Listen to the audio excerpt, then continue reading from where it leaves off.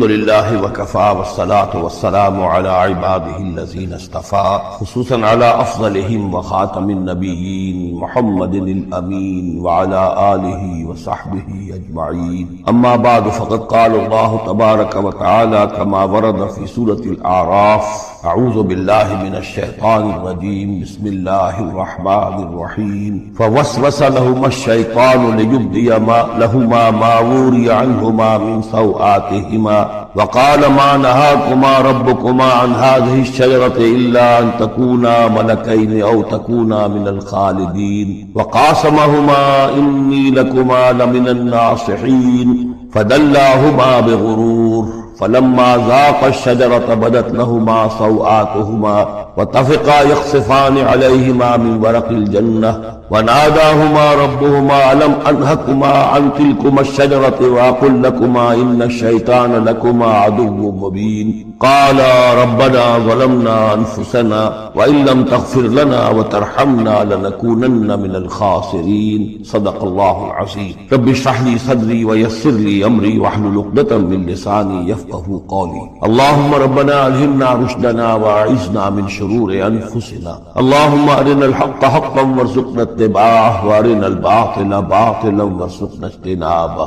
آمین یا رب العالمین. سورہ اعراف کے دوسرے رکوع میں قصہ آدم و ابلیس قرآن حکیم میں دوسری مرتبہ بیان ہو رہا ہے. اس سے پہلے یہ سورہ بقرہ میں اس کے چوتھے رکوع میں آ چکا ہے. البتہ آپ دیکھیں گے کہ اگرچہ یہ قصہ جو ہے قرآن مجید میں 7 مرتبہ آیا ہے، 6 مرتبہ مکی صورتوں میں اور 1 مرتبہ مدنی صورت، لیکن یہ کہ ہر جگہ کوئی نہ کوئی بات نئی ہے، اس لیے کہ جس دور سے بھی یہ تحریک جو ہے حضور کی دعوت کی گزر رہی تھی اس دور کے حوالے سے کچھ چیزیں جو ہیں وہ ہر جگہ پر آپ کو مزید نمایاں ملیں. اب مثلا اس رکوع کے شروع میں ہمیں وہ عظیم آیت ملی ہے کہ جس میں جمع کا صیغہ اختیار کیا گیا ہے. وَلَقَدْ خَلَقْنَاكُمْ ثُمَّ صَوَّرْنَاكُمْ ثُمَّ قُلْنَا لِلْمَلَائِكَةِ اسْجُدُوا لِآدَمَ فَسَجَدُوا إِلَّا إِبْلِيسَ. اس کے بارے میں پچھلی مرتبہ میں عرض کر چکا ہوں. اب دوسری بات جو آ رہی ہے وہ یہ ہے کہ شیطان نے ورغلایا حضرت آدم کو اور حضرت حوا کو سلام علیہما کہ جس درخت کا پھل کھانے سے اللہ تعالیٰ نے انہیں روک دیا تھا کسی طریقے سے ورغلا کر انہیں اس درخت کا پھل کھانے پر آمادہ کر دیا. اس کے لیے لفظ آیا فوسوس لہما. یہ وسوسہ اصل میں ہم یہ سمجھتے ہیں کہ شاید یہ چیزیں اس طور سے ہو رہی تھی جیسے کہ ہم ایک دوسرے کے سامنے کھڑے باتیں کر رہے ہیں، ایک دوسرے کو پہچان رہے ہیں، لیکن حضرت آدم اور حوا کے بھی دلوں میں وسوسہ اندازی کی ہے شیطان نے، جیسے کہ شیطان وسوسہ اندازی کرتا ہے ہمارے دل. یہ مکالمے اس طرح کے نہیں ہے کہ وہ ایک محفل میں کھڑے ہوئے. عام طور پر سورہ بقرہ کے چوتھے رکوع میں بھی اور دوسرے مقامات پر بھی ہمارا تصور کچھ اور رہتا ہے، لیکن یہاں وہ پردے حائل ہیں. ابلیس جو ہے وہ یقیناً جو ہے جنات میں سے تھا. حضرت آدم علیہ السلام کے لیے اس وقت بھی وہ انویزیبل تھا، لہذا نفس جو آیا ہے فوسوس لہما الشیطان، وسوسہ ان کے دلوں میں ڈالا لیبدی لہما ما وری عنہما من سوآتہما. اب یہاں خاص طور پر ایک بات آ رہی ہے، اس کو ہم متشابہات ہی میں شمار کریں گے. یہاں ایک خاص اثر ظاہر کیا جا رہا ہے کہ شجر موضوع تھا اس کا پھل کھانے کا ایک نتیجہ برآمد ہوا، اور وہ یہ ہوا کہ حضرت آدم اور حوا پر ان کی شرمگاہیں جو ہیں وہ نمایاں ہو گئی. یا تو ایسا ہے کہ پہلے انہیں شعور نہیں تھا، اب شعور پیدا ہو گیا، یا یہ کہ انہیں کوئی خاص لباس جنت کا حلہ اللہ تعالیٰ نے عطا کیا ہوا تھا، وہ لباس اتر گیا اس درخت کا پھل کھانے کے نتیجے میں. یہ چیزیں ایسی ہیں کہ جس سے یقیناً بہت سے لوگوں کو کچھ قیاس آرائیوں کا موقع ملا ہے. بعض لوگوں کے نزدیک یہ نیکی اور بدی کی تمیز کا درخت ہے اصل میں، کہ جس کو کھاتے ہی نیکی اور بدی کی تمیز پیدا ہو جاتی. بعض حضرات کا خیال یہ ہے کہ یہ اصل میں پہلا سیکشول ایکٹ ہے آدم اور حوا کے مابین، جس کو اس سے تعبیر کیا گیا ہے. یہ مختلف آراء ہیں، مختلف جو ہیں اس میں قیاسات ہیں، لیکن صحیح بات شکل یہی ہے کہ اس کے ضمن میں ابھی ہمیں اس کو متشابہات ہی کے دائرے میں رکھ کر اور اس کے بارے میں کوئی قطعی اور حقیقی اور یقینی رائے جو ہے قائم کرنے کی کوشش نہیں کرنی چاہیے، تاکہ کہیں اور معلومات جو ہے ہماری سائنس کے ذریعے سے اکتشافات اور معلومات کا دائرہ اور وسیع ہو جائے تو اس سے ہم پہنچ جائیں اس کی کنہ تک کہ وہ درخت کون سا. لیکن یہاں ظاہر کیا گیا ہے کہ شیطان نے جو وسوسہ اندازی کی ان کے دلوں میں وہ یہ تھی فوسوس لهما الشیطان لیبدی لهما ما وری عنہما من سوآتہما وقال ما نہاکما ربکما عن هذه الشجرة.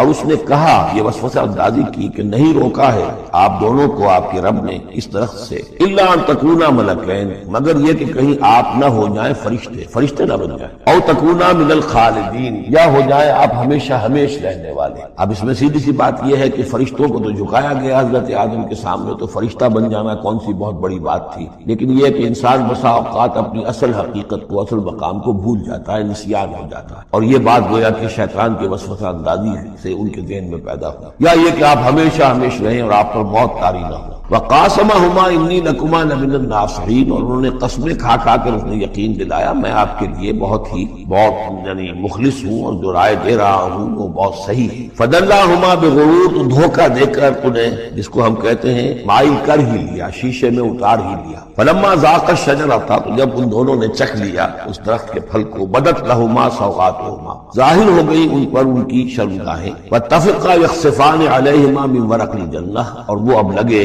درخت کے جو جنت کے پتوں کو گانٹھ کر اپنے لیے لباس بنانے کے لیے، تفقا یخصفان، گانٹھنے لگے، جوڑنے لگے کہ جو جنت کے پتے تھے ان کو سی کر آپس میں اپنی سطر جو ہے وہ سطر پوشی کریں اور اپنی شرمگاہوں کو ڈھانپیں۔ وَنَادَاهُمَا رَبُّهُمَا، اور اب پکارا انہیں ان کے پروردگار نے، أَلَمْ أَنْهَكُمَا، کیا میں نے منع نہیں کیا تھا تمہیں، أَن تِلْكُمَا الشَّجَرَةَ، اس درخت سے، وَأَقُلْ لَكُمَا، اور میں نے کیا کہا نہیں تھا تم سے، إِنَّ الشَّيْطَانَ لَكُمَا عَدُوٌّ مُّبِينٌ، کہ شیطان تم دونوں کے لیے بڑا کھلا دشمن ہے۔ قَالَا رَبَّنَا ظَلَمْنَا أَنفُسَنَا، تو ان دونوں نے کہا کہ اے رب ہمارے، ہم نے اپنے اوپر ظلم کیا، زیادتی کی، ہم اپنی غلطی کا اعتراف کرتے ہیں۔ وَإِن لَّمْ تَغْفِرْ لَنَا وَتَرْحَمْنَا لَنَكُونَنَّ مِنَ الْخَاسِرِينَ، اور اگر تو نے ہمیں معاف نہ فرما دیا اور ہم پر رحم نہ فرمایا تو ہم تو تباہ ہونے والوں میں ہو جائیں گے۔ یہاں ایک بات اور نوٹ کر لیجئے، ایک تو یہ کہ یہاں کہیں بھی ایسا اشارہ نہیں ہے کہ ابلیس نے یہ وسوسہ ابتداءً حضرت حوا کے دل میں کیا۔ عام طور پر ہمارے ہاں جو کہانیاں مشہور ہیں وہ یہ ہے کہ حوا جو ہے ذریعہ بنی ہے حضرت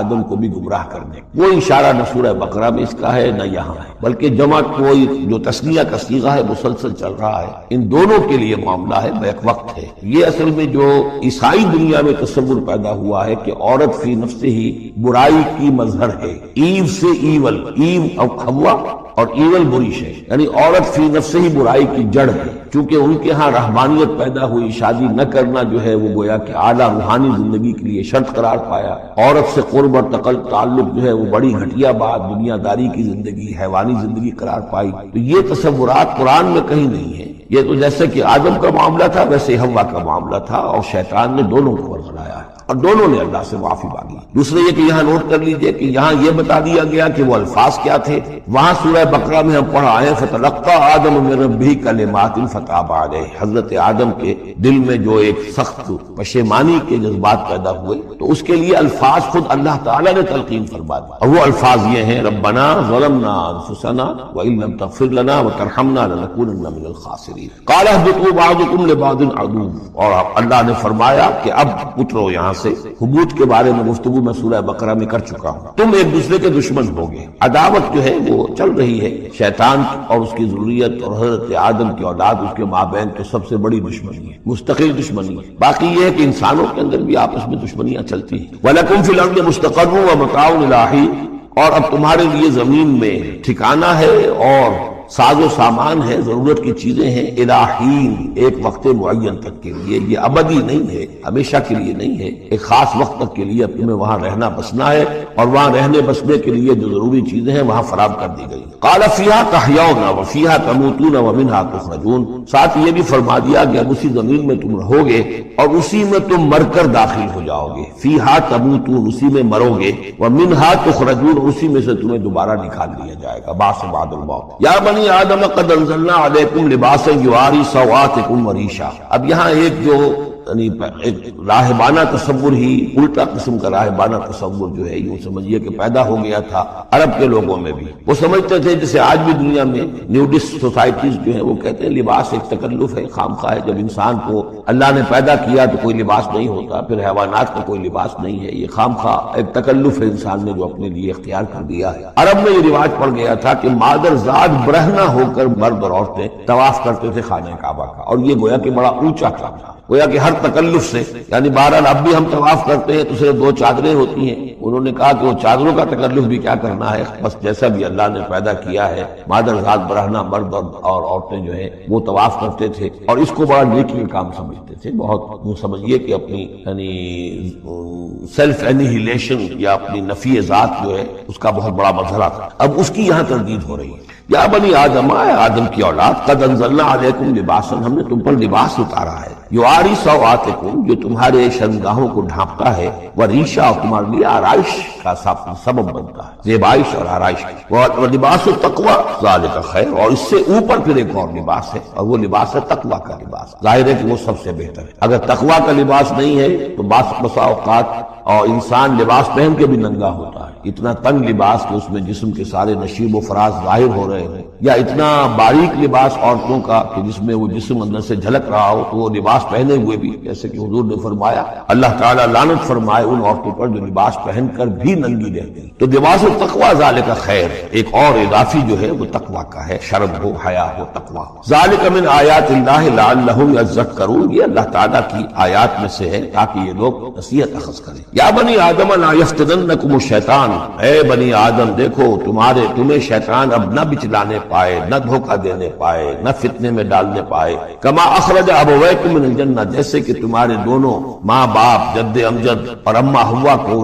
اس نے نکلوا دیا تھا، کما اخرج ابویکم من الجنہ، جنت سے، ینزع عنہما لباسہما، اور وہ ان سے اتروا لیا تھا اس نے ان کا لباس جنت کا، لیریہما سوآتہما، تاکہ دکھائے انہیں، ان پر عیاں کر دے ان کی شرمگاہیں، انہ یراکم ہوا وقبیلہ من حیث لا ترونہم، ایک بات جان لو کہ وہ یعنی ابلیس خود، چونکہ اسے بھی چھوٹ ملی ہوئی ہے قیامت تک کے لیے، وہ مسلسل زندہ ہے، اور قبیلہ اور اس کی قوم، اس کی ذریت اور اس کے جو ایجنٹ ہیں جنات میں سے، کیونکہ وہ انویزیبل ہیں تو وہ تمہیں دیکھتے ہیں، تاکتے ہیں تمہیں، تم پر داؤ لگاتے ہیں، یراکم ہوا وقبیلہ من حیث لا ترونہم، جہاں سے تم انہیں نہیں دیکھ سکتے۔ انا جعلنا الشیاطین اولیاء للذین لا یؤمنون، ہم نے تو شیاطین کو ان لوگوں کا دوست بنا دیا جو ایمان نہیں لاتے، جو ایمان نہیں رکھتے، ایمان نہیں لاتے، تو شیطان جو ہے جیسے گندگی جو ہے اس کے اوپر مکھی آئے گی، ایسے ہی جہاں اللہ کا ذکر نہیں ہے، اللہ کا ایمان نہیں ہے، خانہ خالی را دیو می گیرد، تو وہاں یہ شیاطین جن جو ہیں آ کر اڈا جمائیں گے۔ وَإِذَا فَعَلُوا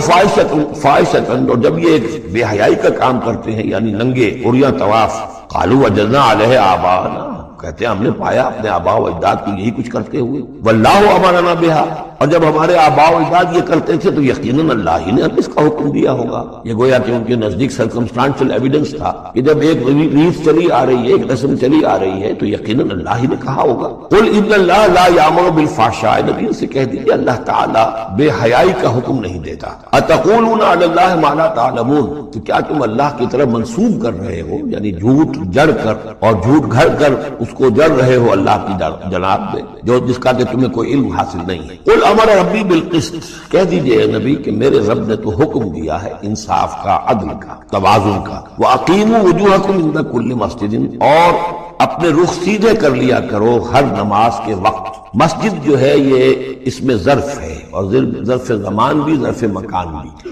مسجد سجدے کی جگہ بھی مسجد ہے، اور سجدے کا وقت جو ہے ظرف زمان وہ بھی مسجد۔ وَادْعُوهُ مُخْلِصِينَ لَهُ الدِّينَ، اور اس کو پکارا کرو، اس سے دعا کیا کرو، لیکن اس کے لیے اپنی اطاعت کو خالص کرو، یعنی اللہ تعالیٰ سے دعا کرنے کی ایک شرط ہے، اس کی اطاعت کو اپنے اوپر لازم، جیسے کہ سورہ بقرہ میں ہم جہاں روزے اور رمضان کے احکام اور حکمتوں کا بیان ہوا ہے، اس میں فرمایا گیا وَإِذَا سَأَلَكَ عِبَادِي عَنِّي فَإِنِّي قَرِيبٌ أُجِيبُ دَعْوَةَ الدَّاعِ إِذَا دَعَانِ فَلْيَسْتَجِيبُوا لِي، میں تو ہر ایک پکارنے والے کی پکار سنتا ہوں، اس کی دعا کو قبول کرتا ہوں، لیکن اسے بھی چاہیے کہ میرا کہنا مانے، اور یہ کہنا ماننا جو جزوی نہیں ہوگا، ادخلوا فی السلم کافہ، داخل ہونا ہے تو پورے پورے ہونا۔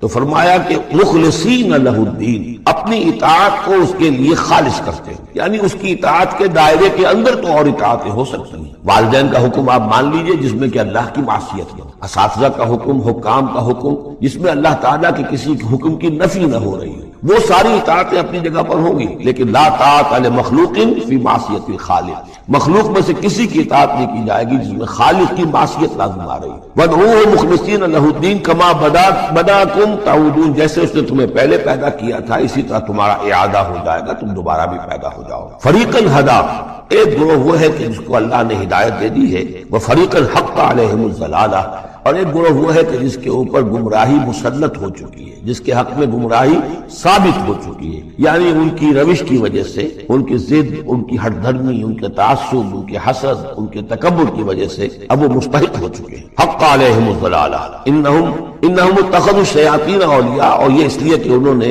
شیطانوں کو اپنا رفیق اور ساتھی بنایا من دون اللہ، اللہ کو چھوڑ کر، ویحسبون انہم مہتدون، اور سمجھتے یہ ہیں کہ ہم بہت ہدایت پر ہیں، سیدھے راہ پر ہیں۔ یا بنی آدم خذوا زینتکم عند کل مسجد، دوبارہ پھر اے آدم کی اولاد اپنی زینت لے لیا کرو۔ خذوا زینتکم یعنی لباس جو ہے جس کو کہا گیا عیشا تمہارے لیے آرائش ہے، یہ تمہاری لیے زینت ہے، اللہ نے اتارا ہے اپنی آرائش کا سامان، اور یہ کہ نماز کے لیے جب انسان آئے تو اچھا لباس پہن کر آئے۔ ہمارے ہاں عام طور پر الٹی روش چلتی ہے، دفتر جا رہے ہیں تو بہت اچھا لباس ہے، مسجد جا رہے ہیں تو وہ چاہے میلے کپڑے پہن کے چلے، لیکن یہاں اللہ تعالیٰ فرما رہے ہیں نہیں، میرے پاس آتے ہو، میرے دربار میں آتے ہو تو اچھا لباس پہن کر آؤ۔ یا بنی آدم خذوا زینتکم عند کل مسجد وکلوا واشربوا ولا تسرفوا، اور کھاؤ پیو اور اسراف نہ کرو۔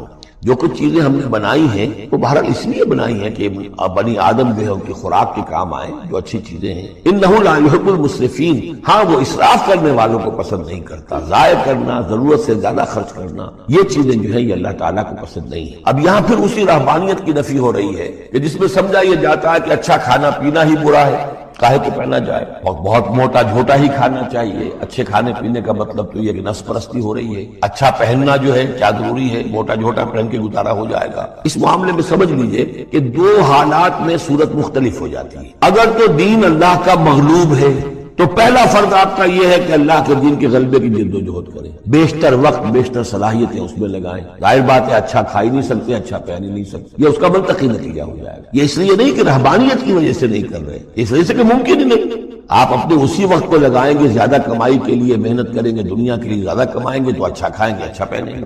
آپ نے تو اپنا وقت جو ہے وہ لگا دیا ہے اللہ کے دین کے لیے، اگر لگائیں گے نہیں تو دین غالب کیسے ہو جائے گا؟ خود بخود تو نہیں ہوگا، آسمان سے تو نہیں ٹپک پڑے گا دین، اللہ فرشتے تو نہیں بھیجے گا دین غالب کرنے کے لیے، غالب تو آپ کو کرنا ہے۔ لہذا اس صورت میں تو نیچرل یہ ہو جاتا ہے کہ پھر کم سے کم کرو، کم سے کم کرو، کم سے کم کرو، اپنے معیار زندگی کو اور نیچے لاؤ، اور نیچے لاؤ، اور نیچے لاؤ، تاکہ زیادہ سے زیادہ وقت، زیادہ سے زیادہ اپنی صلاحیتیں، زیادہ سے زیادہ اوقات، زیادہ سے زیادہ اپنے وسائل کو آپ فارغ کر سکیں اللہ کے دین کی۔ لیکن اس حالت میں یہ جو ہوتا ہے یہ کسی رہبانیت کی وجہ سے نہیں ہے، جیسے کہ صحابہ کرام نے سختیاں جھیلی، بھوک برداشت کی، گھر بار چھوڑے، لیکن وہ کسی رہبانیت کے نظریے کے تحت نہیں تھے، وہ ایک مثبت جہادی نظریہ ہے، جد و جہد، انقلابی جد و جہد۔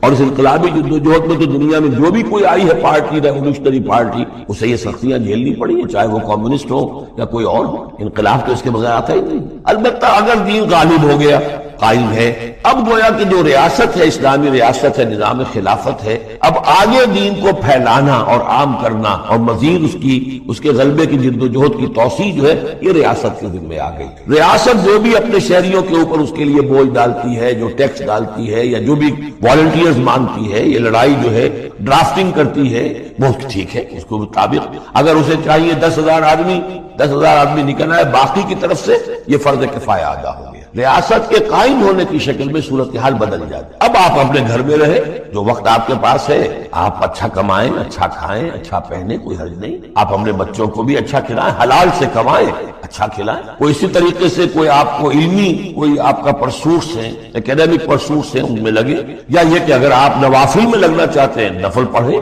اور اس کے ترقی جو ہے اپنی روحانی ترقی جو ہے وہ تقرب بالنوافل کے ذریعے سے کرتے چلے جائیں۔ یہ تینوں راستے جو ہیں انسان کے لیے کھلے ہوں گے، کب؟ جبکہ دین غالب ہو۔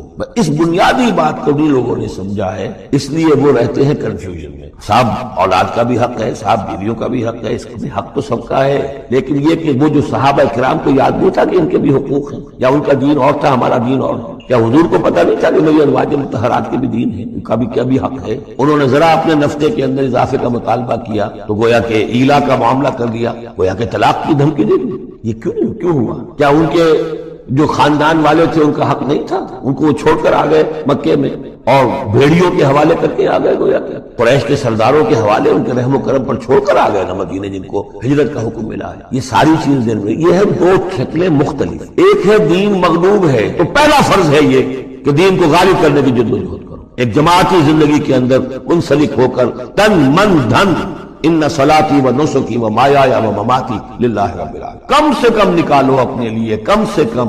اب ظاہر بات ہے اس میں تو پھر کم سے کم پر ہی گزارا کرنا ہوگا، صرف سبسسٹنس لیول جس کو کہا جائے، اپنے آپ کو برقرار رکھنے کے لیے، تاکہ جسم اور جان کا رشتہ تعلق جو ہے برقرار رہے، کام کر سکے آدمی۔ ہاں جب دین غالب ہو جائے اب مسئلہ بالکل مختلف ہو گیا ہے، اب ریاست ہے اور ریاست نے اپنی فوجیں بھی رکھی ہوئی ہیں، جو بھی ذرائع ہیں، ہاں جب بھی ضرورت ہوگی وہ شہریوں کو بلائے گی، اس وقت حاضر ہونا فرض ہو جائے گا، لیکن ورنہ عام حالات میں ریاست اس فرائض کو ادا کر رہی ہے۔ مزید توسیع دعوت دین کی اور غلبہ دین کی وہ ریاست کے ذمہ ہے، اسلامی ریاست ہے، نظام خلافت ہے۔ اب آپ جو ہے انڈیویجولز کی حیثیت سے اپنے کاروبار میں لگ جائیں، یا کوئی شخص اپنی روحانی ترقی میں لگ جائے، کوئی شخص یہ کہ دولت زیادہ سے زیادہ کمائے اور وہ اس کو ثواب کے کاموں میں صرف کرے، کوئی شخص جو ہے کسی سائنس میں کسی اور شعبے میں اسے علمی دلچسپی ہو جائے، تحقیق کے کاموں میں، سارے راستے کھلے ہوئے۔ اس صورت میں اچھا کھانا اچھا پہننا کوئی حرام شے نہیں، تو جبکہ رہبانیت اس حالت میں بھی اس کے لیے کوئی گنجائش نہیں چھوڑ، تو یہاں اس کی نفی کی جا رہی ہے اس رہبانیت کے نظریے کی۔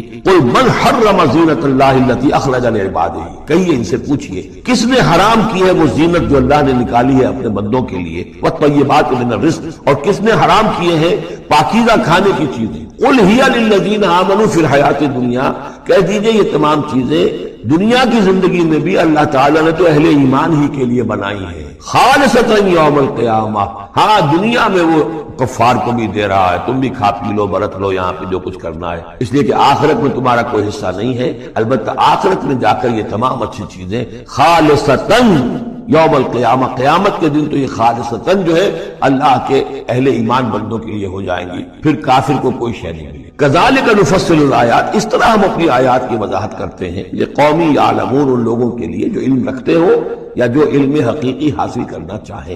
قل انما حرم ربی الفواحش ما ظہر منها وما بطن، کہہ دیجئے کہ میرے رب نے تو حرام قرار دیا ہے بے حیائی کی باتوں، خواہ وہ اعلانیہ ہو اور خود چھپی ہوئی، بے حیائی خود چھپی ہوئی وہ بھی اللہ تعالیٰ کو پسند نہیں ہے، وہ بھی حرام ہے۔ والاسم، اور گناہ کو حرام کیا ہے، والبغی، اور ناحق زیادتی کرنا کسی دوسرے پر بغیر الحق، وان تشرکوا باللہ ما لم ينزل بہ سلطانا، اور اس کو حرام ٹھہرایا ہے کہ تم اللہ کے ساتھ شریک ٹھہراؤ کسی ایسی چیز کو جس کے لیے اس نے کوئی سند نہیں اتاری ہے، وان تقولوا علی اللہ ما لا تعلمون، اور حرام قرار دیا اس بات کو کہ تم اللہ کی طرف منسوب کرو وہ چیزیں کہ جو تم نہیں جانتے، جس کے لیے تمہارے پاس کوئی علم نہیں ہے۔ وَلِكُلِّ أُمَّةٍ أَجَلٌ، ہر قوم کے لیے، ہر امت کے لیے ایک وقت معین ہے، یعنی جب بھی کبھی کوئی رسول ہم بھیجتے رہے ہیں تو ایک مدت ہوتی ہے، اس وقت تک اس کو مہلت ہوتی ہے قوم کو کہ وہ رسول کی دعوت سے استفادہ کر لے اور اپنے دلوں کو، اپنے باطن کو منور کر لے، صحیح راستے پر آ جائے، اس سے پہلے عذاب نہیں آئے گا۔ خواہ یہ کہ اہل ایمان تو چاہیں گے وہ جھٹپٹ عذاب آئے، اس لیے کہ بہرحال مسلمان اہل ایمان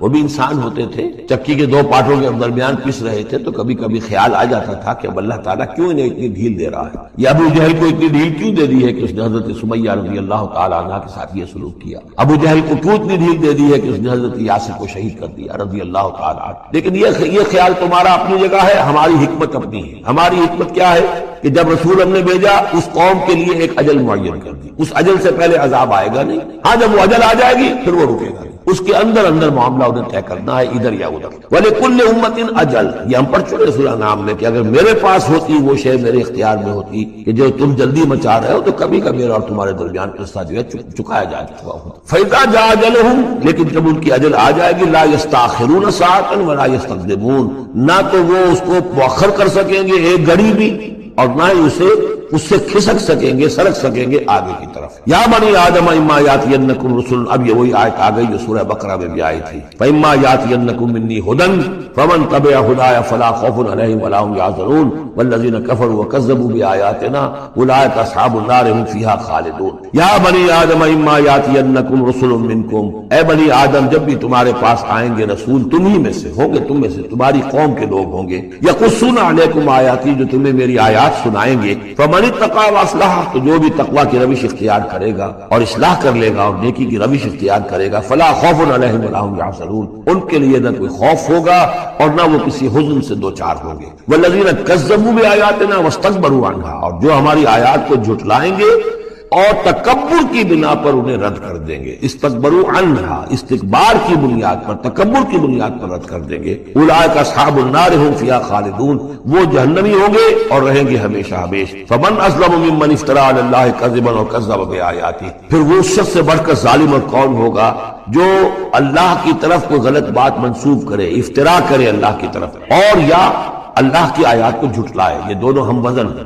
اولئک ینالہم نصیبہم من الکتاب، ان کو جو بھی دنیا میں رزق وغیرہ کا معاملہ ہے وہ تو ان کو مل جائے گا. یہاں دنیا میں تو ہم نے یہ سورہ بنی اسرائیل میں مضمون آئے گا. اب کوئی شخص کفر کرے اللہ فوراً اس کی روزی روک لے اور ایک دن کے اندر اندر وہ جو بھوک سے مر جائے، ایسا نہیں ہے. جو ہم نے یہاں پہ ان کے لیے لکھا ہوا ہے جو رزق ہے اس دنیا کے اندر وہ تو انہیں ملتا رہے گا، وہ رکتا نہیں ہے. انہیں اپنے اس نصیب میں سے حصہ مل جائے گا. حتی اذا جاءتہم رسلنا، ہاں پھر جب ہمارے فرشتادے، ہمارے بھیجے ہوئے فرشتے ان کے پاس آ جائیں گے، یتوفونہم، ان کو قبض کرنے کے لیے. قالوا این ما کنتم تدعون من دون اللہ، تو وہ کہیں گے کہاں ہیں وہ جن کو آپ پکارا کرتے تھے اللہ کے سوا، جن کو ڈنڈوت کرتے تھے اور جن کے سامنے متھے ٹیکتے تھے اور جن سے دعائیں کرتے تھے، گڑ گڑاتے تھے. قالوا ضلوا عنا، وہ کہیں گے وہ سب گم ہو گئے، ہوا ہو گئے، ہم سے سب جاتے رہے. ضلوا عنا وشہدوا علی انفسہم انہم کانوا کافرین، اور وہ خود اپنے خلاف یہ گواہی دیں گے کہ واقعتاً ہم تھے ناشکرے، ہم نے کفر کی روش اختیار کی. قالت خلوا فی امم قد خلت من قبلکم من الجن والانس، کہا جائے گا کہ اچھا داخل ہو جاؤ ان امتوں میں جو تم سے پہلے گزر چکی ہیں، جنوں اور انسانوں میں سے، نار میں، آگ میں. یعنی ایک ایک قوم کا حساب ہوتا جائے گا اور وہ جہنم کے اندر جھونکے جاتے رہیں گے. پہلی نسل گئی، پھر اس کے بعد دوسری آئی، دوسری گئی، تیسری آئی. اب ان میں ایک مکالمہ ہوگا. ظاہر بات ہے جو پہلے گئے تھے وہ تھے بزرگ، بڑے تھے، لیڈر تھے، یا یہ کہ وہ پچھلی نسل تھی جنہوں نے بدعات شروع کی تھی، خرافات کا آغاز کیا تھا. یہ بعد میں آنے والے ان پر لعنت کریں گے کہ تم نے ہمیں مروایا، تمہاری وجہ سے ہم بھی برباد ہو کر یہاں آئے ہیں، تو تمہیں دو راہ عذاب ملنا چاہیے. لیکن یہ کہ وہاں وہ کہیں گے کہ نہیں، ہم جیسے ہم گمراہ تھے ویسے ہم نے تمہیں گمراہ کیا. تو یہ مکالمہ ہوگا. اور یہ نوٹ کر دیجئے کہ جو میں نے عرض کیا تھا کہ اس سورہ مبارکہ میں ایام اللہ جو ہے یہ اس کا مین تھیم ہے. تو ایام اللہ کو یوں سمجھیے کہ ایک تو انسانی تخلیق کے اعتبار سے ایک تو وہ ازل ہے، جبکہ آدم کی تخلیق ہوئی، قصہ آدم و ابلیس ہوا، یہاں سے تو ہمارا وہ وقت جو ہے وہ شروع ہوتا ہے. اور جنت اور دوزخ میں پہنچ کر گویا کہ وہ ایک دور ختم ہوتا ہے، وہ آخری بات ہے. یہ ہے انتہا اور ابتدا. اس کے مابین ہے کہ جو انبیاء آئے، رسول آئے، ان کی داستانیں ہیں، ان کے حالات ہیں، ان کے واقعات ہیں، قوم نوح اور قوم ہود اور قوم صالح. تو یہ یہاں پر ایسا کیا گیا کہ پہلے وہ تخلیق کا مرحلہ آدم کا اور وہ قصہ آدم و ابلیس آ گیا اول.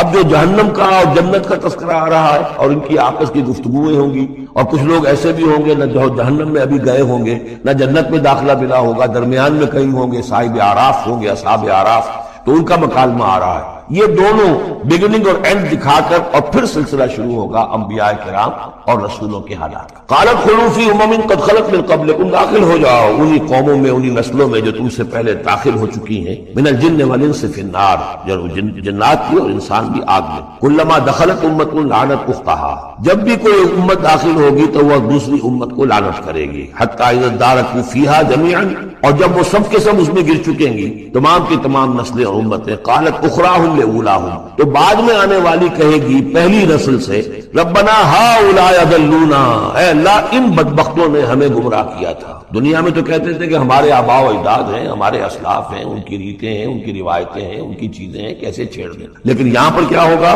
ربنا ہؤلاء اضلونا، ان لوگوں نے ہمیں برباد کیا، انہوں نے ہمیں گمراہ کیا. فآتہم عذابا ضعفا من النار، تو انہیں تو دگنا عذاب دے آگ میں سے. قال لکل ضعف، اللہ فرمائے گا نہیں سب کے لیے دگنا ہے. جیسے یہ نے تم کو گمراہ کر کے آئے تھے، تم بھی اپنے بعد والوں کو گمراہ کر کے آئے. تو یہ تو گویا کہ سلسلہ چل رہا ہے. تو اس لیے یہ کہ وہ تو ہر ایک کو سوچنا چاہیے تھا کہ اپنی عقل سے کام لیتا، ہم نے تمہیں عقل دی تھی، شعور دیا تھا، کیوں تم تقلید اعمیٰ کے اندر مبتلا رہے؟ آباء و اجداد کی تقلید ہو رہی ہے، اپنے لیڈروں کی تقلید ہو رئی ہے. یہ تقلید اعمیٰ کے لیے تمہیں میں نے آنکھیں دی تھی، تمہیں کان دیے تھے، تمہیں میں نے عقل دی تھی، تمہیں نیکی اور بدی کا شعور دیا تھا. ہر شخص جو ہے وہ ذمہ دار ہے. قال لکل ضعف، اللہ فرمائے گا سب کے لیے دوہرا ہے. ولکن لا تعلمون، لیکن تمہیں اس کا علم نہیں ہے. وقالت اولاہم لاخراہم، اب وہ کہیں گے پچھلے جو ہیں، جو پہلے والے تھے، بعد میں آنے والوں کو، فما کان علیکم علینا من فضل، دیکھو نا، نہیں نا تمہیں کوئی، ہم پر کوئی فضیلت حاصل نہیں ہو سکی، تم نے خام خواہ ہم پر لعنت کی، لیکن اس سے کیا حاصل تمہیں کیا ہوا؟ ما کان لکم علینا من فضل فذوقوا العذاب بما کنتم تکسبون، اور اب چکھو عذاب کا اپنی کرتوتوں کے باعث۔ ان الذین کذبوا بآیاتنا واستکبروا عنہا، یقیناً وہ لوگ جنہوں نے ہماری آیات کو جھٹلایا اور استکبار پھر عنہا اور بر بنائے تکبر ان کو رد کیا، اعراض کیا ان سے تکبر کی بنیاد پر، لا تفتح لهم ابواب السماء، ان کے لیے آسمان کے دروازے کبھی نہیں کھولے جائیں گے۔ یہ کچھ اشارات ہیں قرآن مجید میں جس سے معلوم ہوتا ہے کہ جہنم اسی زمین پر ہوگی اور ابتدائی جنت بھی یہی ہوگی، ابتدائی نزل والی جنت جو ہے وہ بھی اسی زمین پر ہوگی اور جہنم بھی اسی زمین پر ہوگی۔ اور کچھ ایسا سا تصور ہوتا ہے کہ جیسے زمین کو جب کھینچا جائے گا، وَإِذَا الْأَرْضُ مُدَّتْ، زمین کو جب کھینچا جائے گا تو جیسے ربڑ کی کربچ کی کوئی گیند اس کو کھینچے تو آپ کو معلوم ہے کہ جہاں سے وہ زیادہ موٹی ہے وہ پچک جائے گی، جب وہ پچکے گی تو اس کے اندر جو لاوا ہے اس وقت بھی زمین کے پیٹ میں بھرا ہوا ہے وہ لاوا وہ ظاہر ہو جائے گا اور وہ جہنم ہوگی۔ واللہ عالم، یہ کچھ اندازے ہوتے ہیں بعض اشارات سے، اس لیے کہ فیصلہ جو ہے میدان حشر یہی ہے۔ احادیث میں میدان عرفات جو ہے اسی کو کھول دیا جائے گا، وسیع کر دیا جائے گا اور اسی یہیں پر حشر ہونا ہے۔ وجاء ربک والملک صفا صفا، اور پروردگار بھی شان اجلال کے ساتھ نزول فرمائیں گے اور فرشتے آئیں گے فوج در فوج، اور یہیں پر حساب کتاب ہوگا۔ ابتدائی مہمان نوازی بھی جو ہے وہ یہی ہوگی، لیکن پھر یہ کہ اہل جنت اپنے مراتب کے اعتبار سے اور اوپر کی جنتوں میں چڑھتے چلے جائیں گے، لیکن ظاہر بات ہے یہ لوگ جو ہے یہ یہی کہ یہی رہ جائیں گے۔ لا تفتح لهم ابواب السماء، ان کے لیے آسمان کے دروازے کھولے ہی نہیں جائیں گے۔ ولا يدخلون الجنت، اور وہ جنت میں داخل نہیں ہوں گے، حتی یلج الجمل فی سم الخیاط، یہاں تک کہ اونٹ گزر جائے، گھس جائے سوئی کے ناکے میں۔ اسے کہتے ہیں تعلیق بالمحال، نہ یہ ممکن ہے کہ سوئی کا ناکا اتنا بڑا ہو جائے کہ اونٹ گزر جائے، یا اونٹ اتنا چھوٹا ہو جائے کہ سوئی کے ناکے میں داخل ہو جائے، نہ ان کفار کے جنت میں داخل ہونے کا کوئی امکان ہے۔ اور یہ بات بھی نوٹ کیجئے کہ یہی بات اصل میں حضرت عیسیٰ علیہ السلام نے تنقید جو انہوں نے کی تھی کہ ایک دولت مند شخص ان کے پاس آیا، ایسے ہمارے ہاں بھی ہوتے ہیں جو وہ دیندار ہیں، سیٹھ ہیں اور وہ دین کے کام بھی کرتے ہیں، تو انہوں نے کہا کہ بتائیے آپ کی تعلیم کیا ہو؟ نماز پڑھو، روزہ رکھو، کرو، نماز روزہ میں کرتا ہوں۔ اچھا اپنے غریبوں کے اپنے بال میں سے دو، یہ کرو وہ کرو، یہ بھی میں کرتا ہوں، آپ بتائیے اور کیا ہے؟ آخر میں فرمایا حضرت مسیح نے اچھا اپنی صلیب اٹھاؤ اور میرے ساتھ چلو، یعنی یہ کہ اب وہ ہے وہ جد و جہد حق و باطل کی کشاکش، یہ نیکی کے کام کرنا، دھندوں میں لگے رہنا اور اپنے ساتھ کچھ نہ کچھ نیکی کا کام ہے، کچھ پن ہے، کچھ خیرات ہے، کچھ ثواب کے کام ہے، کوئی نماز ہے، روزہ ہے، یہ تو آسان ہے، لیکن یہ کہ اس کشاکش حق و باطل جو ہے اس میں لگنا کہ جس میں پھر اندیشہ ہو کہ پھانسی بھی آ سکتی ہے، اندیشہ ہو جان بھی جا سکتی ہے، تکلیف بھی آ سکتی ہے۔ تو جب انہوں نے کہا کہ اچھا ٹھیک ہے، پھر جب تم نے یہ ساری منزلیں طے کر لی تو آخری منزل ہے اپنی صلیب اٹھاؤ اور میرے ساتھ آ جاؤ۔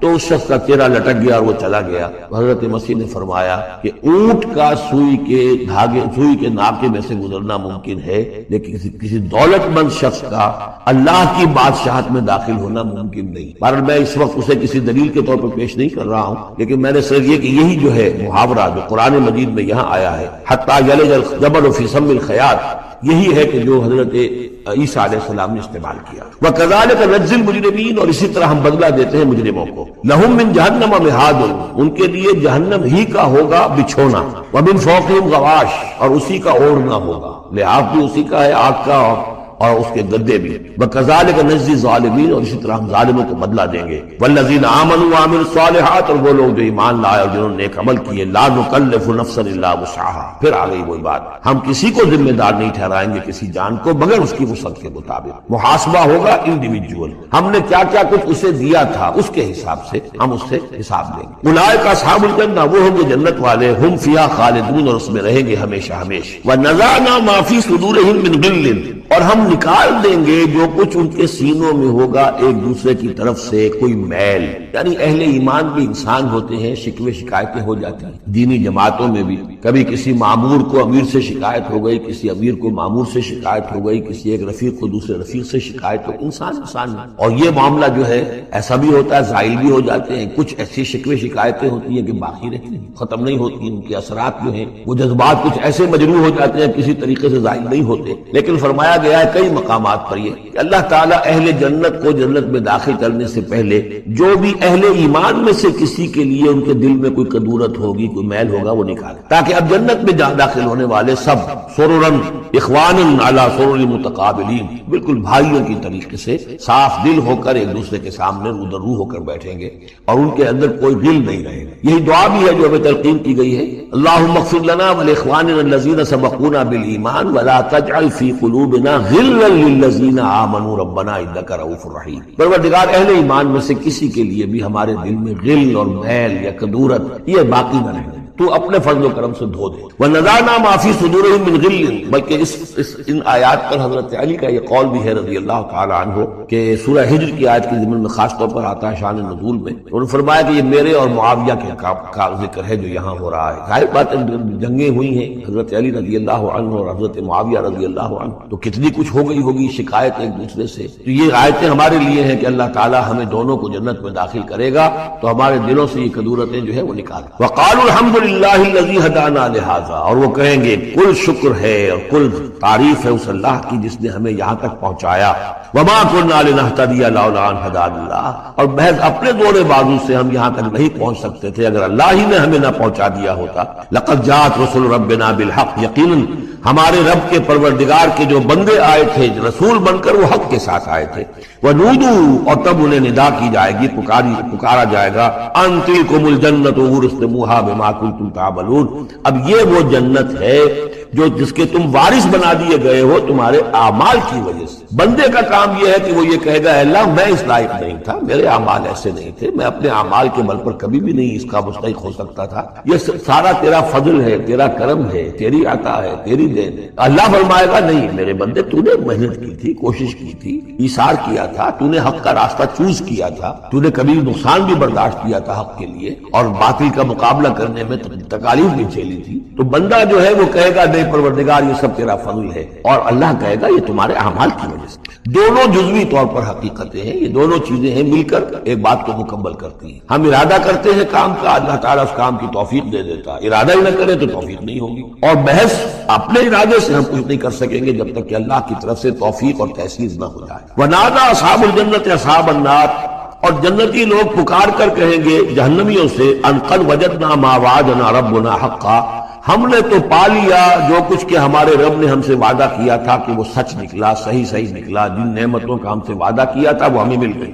فَهَلْ وَجَدْتُم مَّا وَعَدَ رَبُّكُمْ حَقًّا، تم نے بھی کیا سچا پا لیا اللہ کا وعدہ جو اللہ نے تم سے وعدہ کیا تھا، وہ ساری چیزیں تمہیں مل گئی؟ قالوا نعم، وہ کہیں گے جی ہمارے ساتھ بھی جو وعدے تھے، جو وعیدیں تھیں، جو دھمکیاں تھیں، جو عذاب کی مختلف شکلیں تھیں، وہ سب ہیں جن میں ہم اس وقت گرے ہوئے ہیں۔ فَأَذَّنَ مُؤَذِّنٌ بَيْنَهُمْ، تو پکارے گا کوئی پکارنے والا ان کے مابین، اللعنۃ اللہ علی الظالمین، کہ اللہ کی لعنت ہے ظالموں پر، الذین یصدون عن سبیل اللہ ویبغونها عوجا، وہ لوگ کہ جو روکتے بھی تھے اور رکتے بھی تھے اللہ کے راستے سے، اور اس راستے میں کجی نکالتے تھے کہ اگر دیکھ لیا کسی شخص کے بارے میں کہ اس کا رجحان ہو گیا ہے کہ وہ محمد صلی اللہ علیہ وسلم کی باتیں توجہ سے سننے لگا ہے، تو اس کو ورگلانے کے درپے ہو جانا، اس کے لیے طرح طرح کی جو ہے پریشانیاں پیدا کرنا۔ وَهُمْ بِالْآخِرَةِ كَافِرُونَ، اور یہ لوگ کافرت کے منکر تھے۔ وَبَيْنَهُمَا حِجَابٌ، اب یہ گفتگو تو ہو رہی ہوگی جنت اور دوزخ والوں کے مابین، ان دونوں کے مابین ایک پردہ ہوگا، ایک فصیل حائل ہوگی۔ یہ نقشہ جو ہے زیادہ کلیئرلی سورہ حدید میں کھینچا گیا ہے، وَضُرِبَ بَيْنَهُمْ بِسُورٍ لَهُ بَابٌ، بَيْنَهُمَا حِجَابٌ، فصیل ہوگی، ادھر جنت ہے ادھر دوزخ ہے۔ وَعَلَى الْأَعْرَافِ رِجَالٌ، اور عرف کہتے ہیں جو فصیلوں کے اوپر بنی ہوتی ہیں، جھروکے سے بنے ہوتے ہیں جہاں سے کہ جھانک کر دیکھتے ہیں، تو اس طرح آپ نے فصیلوں کے اوپر دیکھے ہوں گے، تو اعراف ہوں گے، رجال یعرفون کلا بسیماہم، وہ لوگ ہوں گے جو سب کو پہچانتے ہوں گے، جہنمیوں کو بھی پہچانتے ہوں گے اور دوزخیوں کو بھی پہچانتے ہوں گے۔ اس لیے کہ یہ کون ہوں گے؟ یہ بین کے لوگ تھے جن میں کچھ نیکی بھی تھی، بدی بھی تھی، نہ یکسو ہوئے تھے ادھر نہ یکسو ہوئے تھے ادھر، تو کچھ نیکیاں کچھ بدیاں انہوں نے جمع کر لی تھی اور ان کے اعمال جو ہے وہ برابر ہو گئے، بدی اور نیکی کے اعمال جو ہے وہ برابر ہو گئے، تو اس حوالے سے ان کو ابھی درمیان میں روک لیا گیا ہے کہ نہ وہ جہنم میں جھونکے گئے نہ جنت میں داخل ہوئے۔ اور یہ وہ لوگ ہیں، ظاہر بات ہے کہ جو پھر جب بین کے لوگ تھے کچھ تو پہچانتے تھے ادھر سے کفار کو بھی ادھر سے اہل ایمان کو بھی، تو یعرفون کلا بسیماہم، وہ سب جانتے تھے پہچانتے تھے، ان کو بھی جو جنت میں ہیں ان کو بھی جو دوزخ میں ہیں۔ ونادى اصحاب الجنت، اب وہ پکاریں گے جنت والوں کو، ان سلام علیکم، سلام ہو آپ پر، سلامتی ہے آپ پر، لم يدخلوها، وہ اس میں ابھی داخل نہیں ہوئے، وہم یطمعون، اور اس کی بڑی طمع ہوگی کاش کہ اللہ ہمیں بھی جلدی سے داخل کر دے۔ وَإِذَا صُرِفَتْ أَبْصَارُهُمْ تِلْقَاءَ أَصْحَابِ النَّارِ، اور جب ان کے ذرا چہرے جو ہے پھیر دیے جائیں گے، ان کی نگاہیں جو ہے وہ ادھر پھیر دی جائیں گی کہ ذرا جہنمیوں کو بھی مشاہدہ کر لو۔ وَإِذَا صُرِفَتْ أَبْصَارُهُمْ تِلْقَاءَ أَصْحَابِ النَّارِ قَالُوا رَبَّنَا لَا تَجْعَلْنَا مَعَ الْقَوْمِ الظَّالِمِينَ، اس وقت وہ کہے کہ پروردگار ہمیں ان ظالموں کے ساتھ شامل نہ کر دیجو، کیونکہ ابھی بین ہے، بین الخوف والرجا، تو انہیں امید بھی ہے، یطمعون بھی ہے، لیکن اندیشہ بھی ہے، تو یہ کہ بیچ میں چونکہ لٹکے ہوئے ہیں اس لیے ادھر دیکھتے ہیں تو انہیں سلام کرتے ہیں، اور یہ کہ دل میں ان کے امنگیں جاگ جاتی ہیں، تمنائیں جاگ جاتی ہیں کہ اللہ ہمیں بھی ان کے ساتھ شامل کر دے، اور ادھر دیکھتے ہیں تو کہتے ہیں ربنا لا تجعلنا مع القوم الظالمین۔ ونادى اصحاب الاعراف رجالا يعرفونهم بسيماهم، اور اب یہ اہل جہنم میں سے ان لوگوں کو جنہیں یہ پہچانتے ہوں گے ان کے چہروں سے، ان کی نشانیوں سے، ان کو پکاریں گے، قالوا ما اغنى عنكم يمكم وما كنتم تستكبرون، کچھ کام نہ آیا تمہاری جمعیت، تمہارے پرے، تمہاری فوجیں، تمہارے حاشیہ نشین، یہ کہاں گئے؟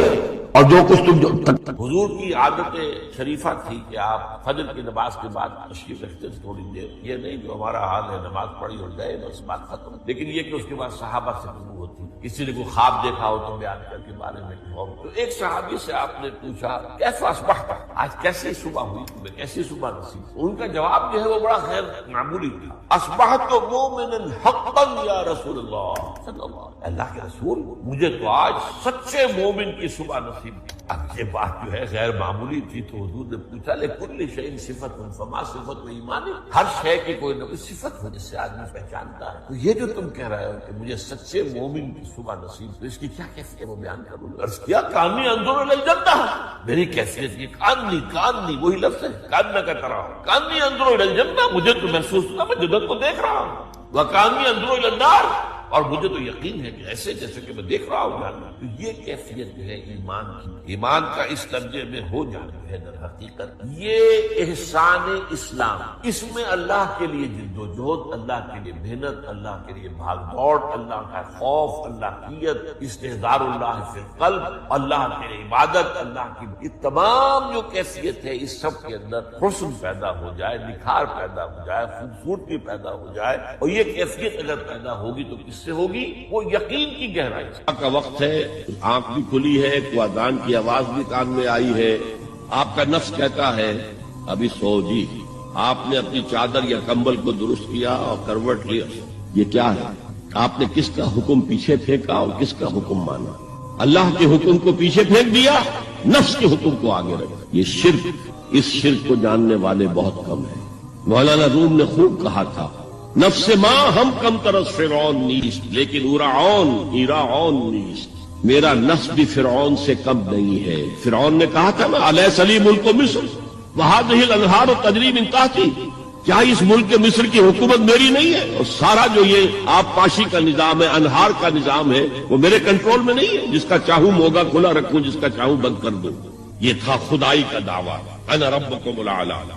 تو مولانا روم کہتے ہیں میرا نفس بھی اس سے کمتر نہیں ہے، وہ کہتا ہے یہ جسم میرا ہے، اس پر میرا حکم چلے گا، میں نہیں جانتا کون اللہ کون رسول، کیا حرام کیا حلال۔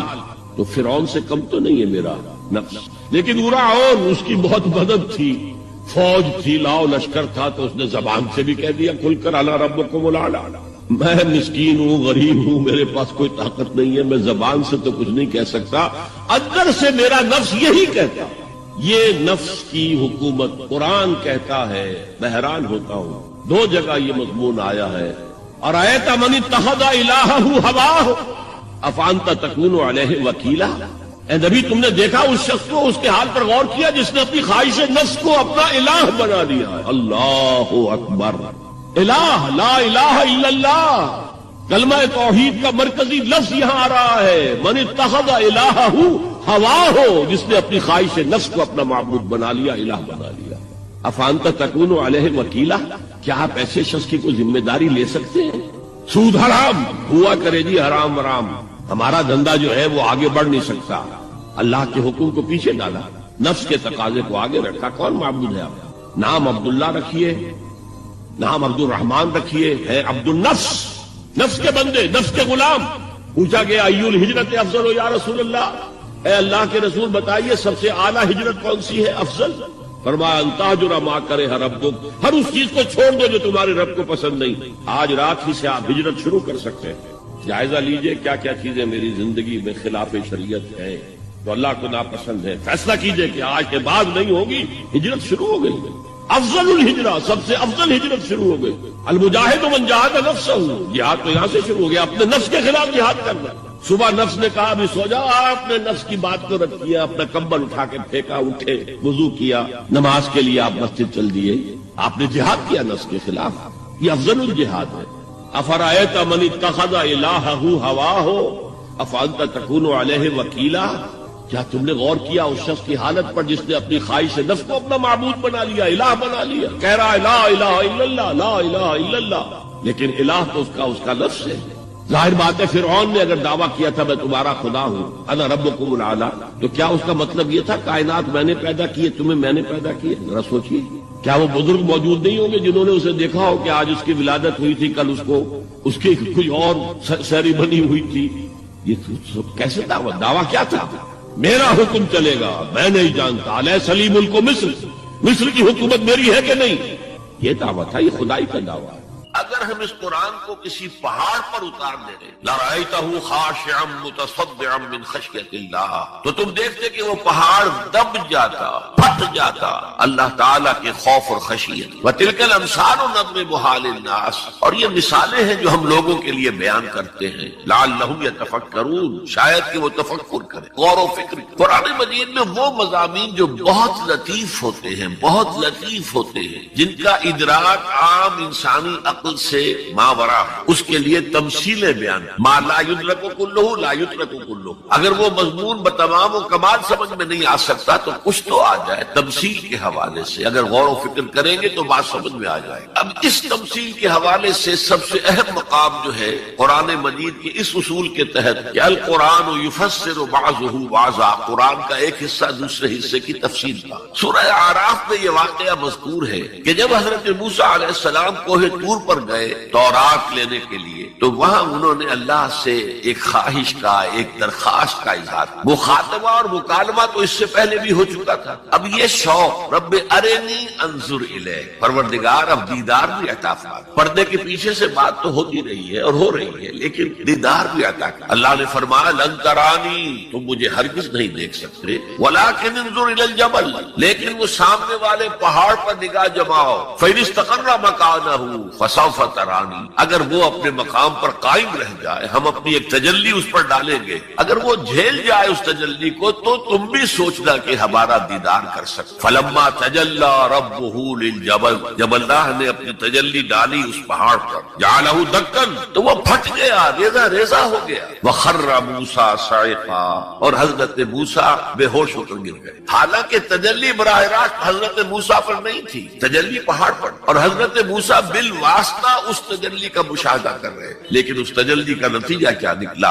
پہاڑ پھٹ گیا، ریزہ ریزہ ہو گیا، اور حضرت موسیٰ بے ہوش ہو۔ اب یہ واقعہ ہے، وہاں تو تمثیل بیان ہے اور یہ واقعہ ہے، تو جو اثر اللہ تعالیٰ کی ذات کی تجلی کا ہے وہی اثر اللہ کی جو صفت ہے کلام، اس کی تجلی، اس لیے کہ صفت کس کی ہے؟ اللہ ہے۔ صفات ذات حق، حق سے جدا یا عین ذات، متکلمین اس مسئلے کا حل ہی نہیں کر پائے۔ کلام اللہ کی صفت، اس کی صفت کی بھی وہی تاثیر۔ یہ آیت قرآن مجید کی عظمت کو واضح کرتی ہے جیسے کہ وہ ہے فی نفسہ ہی۔ اب دیکھیے کوئی چیز بہت عظیم ہے، بہت عظیم ہے، بہت عظیم ہے، اگر مجھے اس سے کوئی فائدہ نہیں تو مجھے اس سے کوئی دلچسپی نہیں ہوگی۔ تو اب جو دوسرا مقام میں آپ کو سنا رہا ہوں، یہ سورہ یونس کی 2 آیات، یہ ترتیب میں نوٹ کرا چکا ہوں، 1 آیت، 2 آیتیں، 4 آیتیں، 6 آیتیں، 8 آیتیں۔ فرمایا یا ایھا الناس قد جاءتکم موعظۃ من ربکم وشفاء لما فی الصدور وہدی ورحمۃ للمؤمنین قل بفضل اللہ وبرحمتہ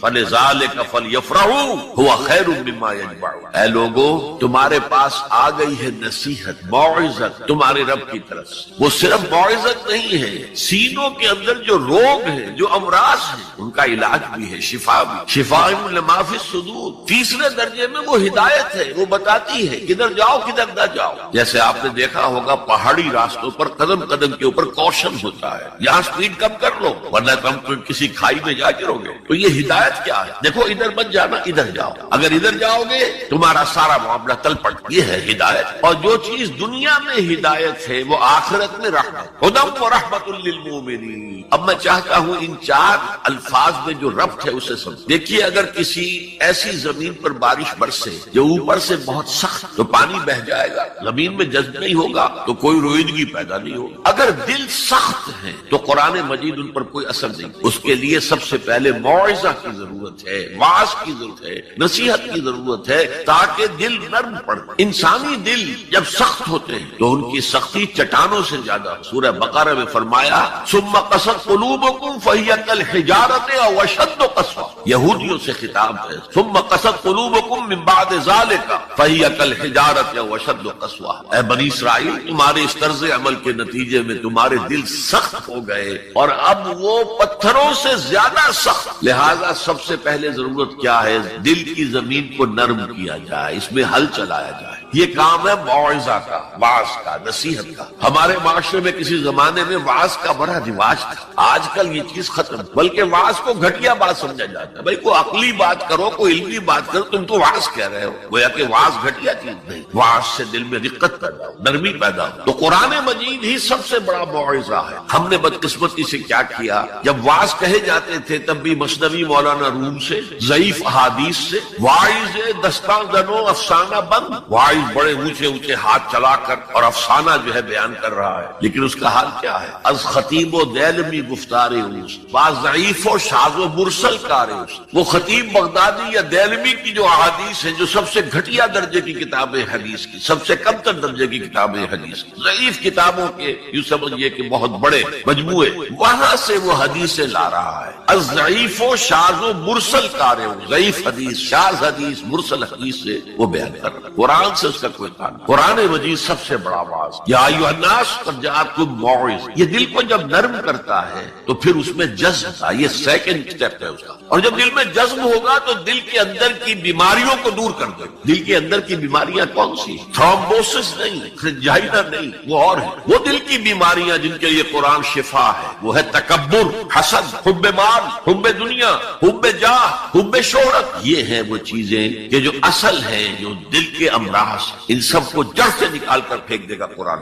یا ایھا الناس قد جاءتکم موعظۃ من ربکم وشفاء لما فی الصدور. وہ ہدی اور وہ ہدایت ہے. انفرادی زندگی کے لیے بھی ہدایت ہے, اجتماعی زندگی کے لیے بھی ہدایت. کبھی اگر سورہ فاتحہ پر آپ غور کریں جو ہماری نماز کا جزو لازم ہے, تو ہم پہلے کہتے ہیں الحمدللہ رب العالمین الرحمن الرحیم مالک یوم الدین ایاک نعبد و ایاک نستعین. یہ ہدایت تو ہمیں پہلے ہی ملی ہوئی ہے. پھر جو ہم کہتے ہیں اہدنا الصراط المستقیم, اللہ کو ہم نے پہچان لیا, اسے رب العالمین مان لیا, اسے رحمان مان لیا, اسے رحیم مان لیا, اسے روز جزا کا حاکم مطلق مان لیا. تو اب کون سی ہدایت رہ گئی؟ ہدایت تو آ گئی. اب اصل ہدایت جو درکار ہے وہ ہے جو ریلیونٹ ہے آج کے دور, جو اجتماعی نظام ہے انسانوں کا. اس کے لیے انسان بالکل بے بس, اس کی عقل جو ہے اجتماعی نظام عدل قائم نہیں کر سکتی. انفرادی طور پر نیکی اور بدی کا علم میرے اور آپ کے نفس کے اندر ودیعت شدہ, وَنَفْسٍ وَمَا سَوَّاهَا فَأَلْهَمَهَا فُجُورَهَا وَتَقْوَاهَا, یہ موجود ہے.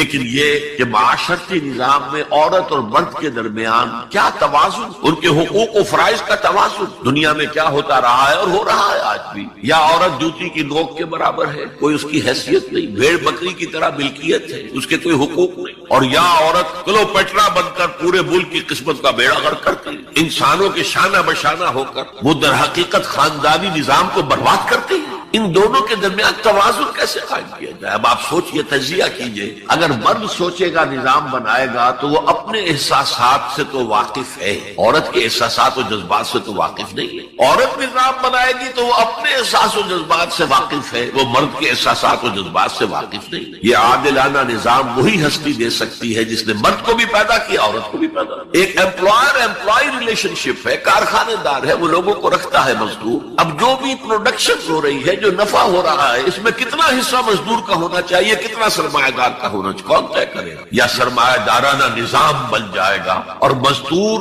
کمر توڑنے والی محنت کرنے کے باوجود زندگی کے بنیادی جو تقاضے ہیں ان کو بھی حاصل نہیں کر سکے۔ میں نے آپ کے ممبئی شہر میں جو اس وقت دیکھا ہے، یہ جو چھوٹے چھوٹے خانے بنے ہوئے کبوتروں کے سے جن میں انسان رہ رہے ہیں اور پوری زندگی ان میں گزارتے ہیں، یہ انسان جبکہ اونچے اونچے محل موجود ہیں، بڑی بڑی عمارتیں موجود، ایکڑوں پر پھیلی ہوئی کوٹھیاں موجود، یہ ہے ننگا کیپٹلسٹک نظام، ننگا اوریاں۔ اسی کا رد عمل تھا جو کمیونزم کی شکل میں ظاہر ہوا، اکوالٹی ہونی چاہیے، لیکن اس کمیونزم نے شکل اختیار کر لی، ون پارٹی ڈکٹیٹرشپ، تمہیں کوئی حق حاصل نہیں ہے، نہ کچھ کہہ سکتے ہو، نہ تنقید کر سکتے ہو، نہ رائٹ آف ایسوسیشن ہے، نہ right of expression of opinion ہے، بس کام کرو، تنخواہ لو، روٹی کھاؤ، اللہ اللہ خیر۔ یہی وجہ ہے کہ وہ نظام بھی مر گیا۔ اسی طریقے سے کسی بھی نظام میں اگرچہ حاکم مطلق تو اللہ ہے، پھر بھی کوئی نظام آپ بنائیں گے تو کچھ حکام ہوں گے، اولو الامر ہوں گے۔ خلافت راشدہ میں بھی تھے نا، امیر المومنین تھے، اولو الامر تھے۔ عوام میں اور ان کے درمیان حقوق و اختیار کا توازن کیا ہو، کون طے کرے گا؟ اولو الامر تو چاہیں گے سارے اختیارات ہمارے پاس ہوں، ٹوٹلیٹیرین اسٹیٹ قائم ہو جائے، عوام چاہیں گے ہمارے پاس ہو اور ہمیں اتنی آزادی ہو کہ مادر پدر آزاد ہو جائیں، جو چاہیں گے ہومو سیکسول ہو جائیں، ہومو سیکسول میرجز کریں، ہمیں کوئی روکنے والا نہ ہو۔ تو میں نے آپ کو بتایا اجتماعی نظام کے یہ تین گوشے ہیں، معاشرتی نظام، معاشی نظام، سیاسی۔ آج کے انسان کی اصل ضرورت اس لیے کہ اس طرح کا ہمہ گیر نظام اس سے پہلے تھا ہی نہیں، لوگوں کو آزادیاں تھیں۔ آج آپ کا پورا تعلیمی نظام بھی اسی نظام کے تحت ہے۔ آپ کہاں لے جائیں گے اپنے بچوں کو؟ آپ ان کے حوالے کر کے اپنے ہاتھ دھو لیتے ہیں، you wash your hands of your children. وہ نظام جو چاہے گا بنا دے گا ان کو۔ گلا تو گھونٹ دیا اہل مدرسہ نے تیرا، کہاں سے آئے صدا لا الہ الا اللہ؟ کیا کریں گے؟ انہیں کہیں کسی تہخانے میں تو بند نہیں کر سکتے۔ آپ اپنے گھر میں ٹیلی ویژن نہیں لائیں گے، وہ جا کر دکان پہ دیکھیں گے۔ جب تک نظام درست نہ ہو، اور نظام کی ہدایت ہے جو قرآن نے دی ہے اصل، ورنہ اخلاقیات کا معاملہ میں آپ سے عرض کر دوں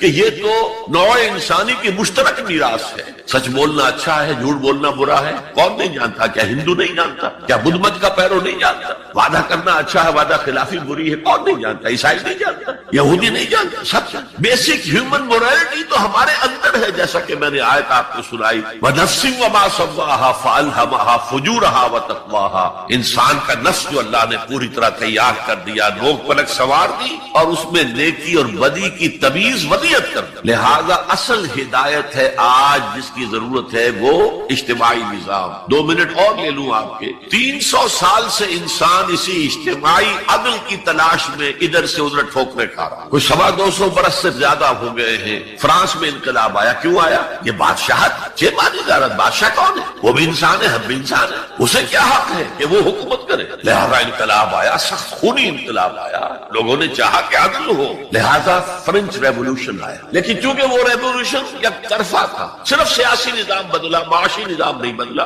سود موجود رہا، لہذا اس کے بعد کیپٹلزم کی لعنت مسلط ہوئی۔ پہلے لارڈز اینڈ بیرنز اور بڑے بڑے زمیندار اور جاگیردار سروں پر مسلط تھے، اور اب کارخانے دار اور کیپٹلسٹ مسلط ہو گئے۔ آج کی جمہوریت کیا ہے؟ دس از دی ڈکٹیٹرشپ آف دی کیپٹلسٹ۔ یہ تو اصل میں کیپٹلزم ہے، کیپٹلسٹ کی ڈکٹیٹرشپ ہے جس وقت ہو رہی۔ اچھا، اس سے نجات پانے کے لیے چھلانگ لگائی دوسری طرف کمیونزم، تو وہ میں آپ کو بتا چکا ہوں، وہاں انفرادی آزادی ختم ہو گئی، اب وہ بھی مر گیا۔ اب فوکویاما نے تو کتاب لکھ دی اینڈ آف ہسٹری، بس ثابت ہو گیا کہ ہمارا نظام لبرل سیکولر ڈیموکریسی اور انٹرسٹ بیسڈ کیپٹلزم، اس سے بہتر کوئی نظام ہے ہی نہیں، سب ختم ہو گیا۔ لیکن ایک نظام ہے جس کا انہیں اندیشہ ہے، جو ابلیس کی زبان سے اقبال نے کہلوایا تھا، ہے اگر کوئی خطر مجھ کو تو اس امت سے ہے جس کی خاکستر میں ہے اب تک شرارے آرزو، خال خال اس قوم میں اب تک نظر آتے ہیں، وہ کرتے ہیں اشک سحرگاہی سے جو ظالم وضو۔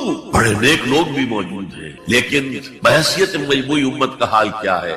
جانتا ہوں میں یہ امت حامل قرآن نہیں، جانتا ہوں میں یہ امت حامل قرآن نہیں، ہے وہی سرمایہ داری بندہ مومن کا دین۔ جانتا ہوں میں کہ مشرق کی اندھیری رات میں بے ید بیضا ہے پیران حرم کی آستین، پیر ہیں، مرشد ہیں، ان کی آستینوں میں ید بیضا نہیں ہے، حضرت موسیٰ والا۔ بہرحال فوکویاما کی نفی کی پھر بعد میں، اور کتاب لکھی گئی کلیش آف سیویلائزیشنز، تہذیبوں کا ٹکراؤ ابھی آئے گا، تو میں اس سے زیادہ اس ایشو پر نہیں جانا چاہتا۔ ہدایت انفرادی ہدایت بھی قرآن میں ہے، اور سب سے بڑھ کر اجتماعی ہدایت جس کی آج کے انسان کو سب سے زیادہ ضرورت، سسٹم آف سوشل جسٹس جو صرف اللہ دے سکتا ہے، اس لیے کہ کارخانے دار بھی اسی کی مخلوق ہے اور مزدور بھی اسی کی مخلوق، جو اولو الامر ہے وہ بھی اسی کے پیدا کرنا ہے، اور جو عوام ہے وہ بھی اسی کے